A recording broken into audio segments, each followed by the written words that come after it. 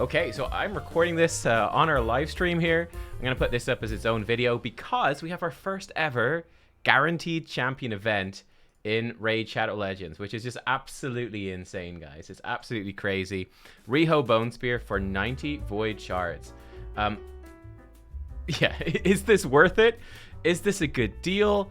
The short answer is very much yes. Let me grab up a spreadsheet here and let's cover this. As you can see, it's unlikely I'm going to participate. I have one singular Void Shard.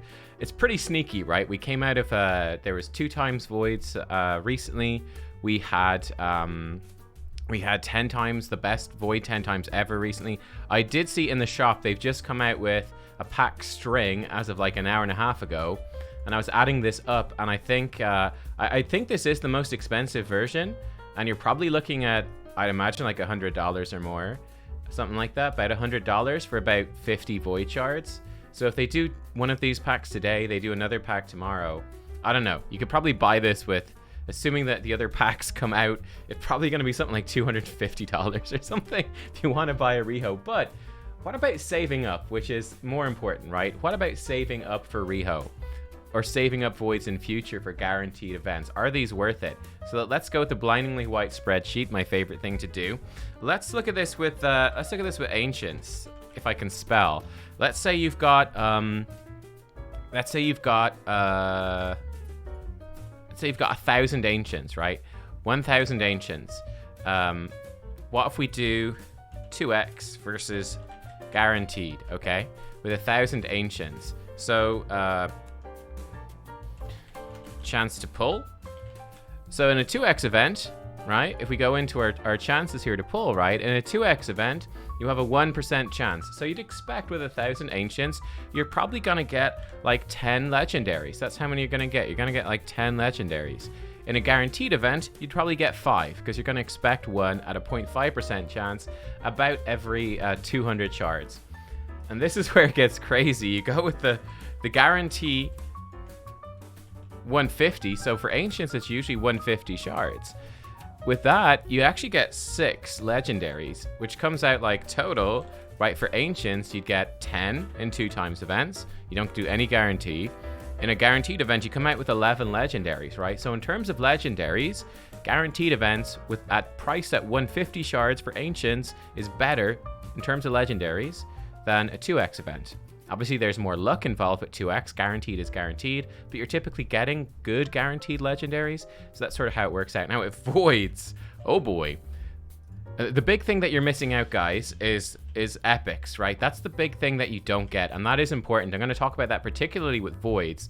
So again, we have the exact same thing. If we've got 1,000 voids, yeah, and again, a guaranteed, we'd pull 5, roughly, 1 per 200. In a 2x, we pull 1 per 100. We get 10. So again, we get 0 here for both of these. For guaranteed, at 90 shards guaranteed, 90 shards, this is where it gets absolutely nutty in my opinion. You get 11, which is just crazy, man. So you get, again, you get 10 right here. You get 16 void legendaries. So in terms of guaranteed shards, is it worth it? Is a void legendary at 90 shards worth it? Yeah, you actually get, compared to 2 times events, you're gonna get 60% more legendaries pulling in guaranteed legendary events, typically speaking, than you would otherwise, which is absolutely huge. This is a massive discount. You guys might know, I predicted this. We come over to like my channel here. Where is it? We predicted it. I was actually slightly wrong. I thought it would be more expensive, and I thought Tuhanarak would be the most likely, but Riho was my number 2. I thought they'd be more pricey, but we did predict it here on the channel. We did.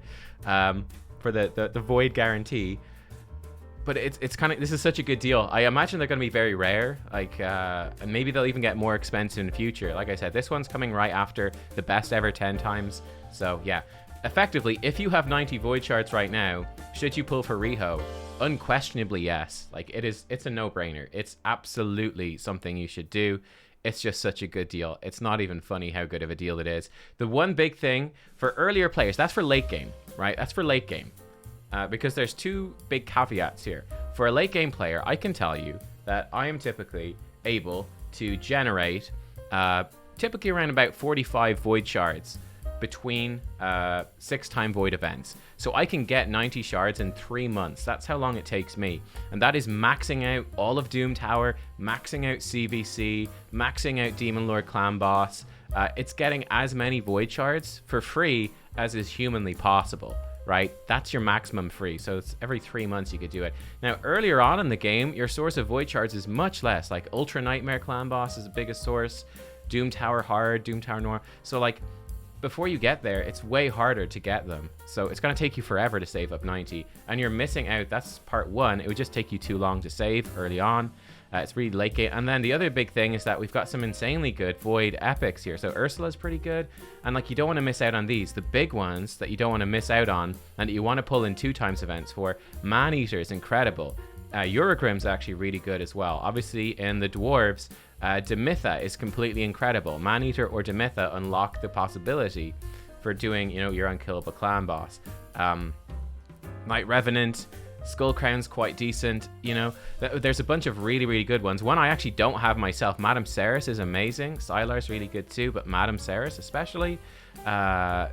What are the other really good ones? Another really good one you definitely want to get. Umbral Enchantress, amazing for Hydra, like late game.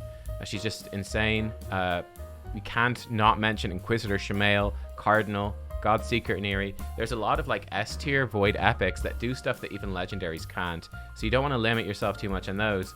But once you're further in the game, you're like me, where I have these champions, and I might want another copy of Inquisitor Shamail or whatever, but I can bide my time and get it. That's where 90 voids becomes really good. So yeah, is this a good deal? It's incredibly good. I would say the new meta for late game players, like once you're, you know, pushing 1.5 2 years plus into the game, you're going to be saving up voids now. Like, save up 100 voids and don't go below it. That would be my recommendation. So yeah, pretty crazy stuff.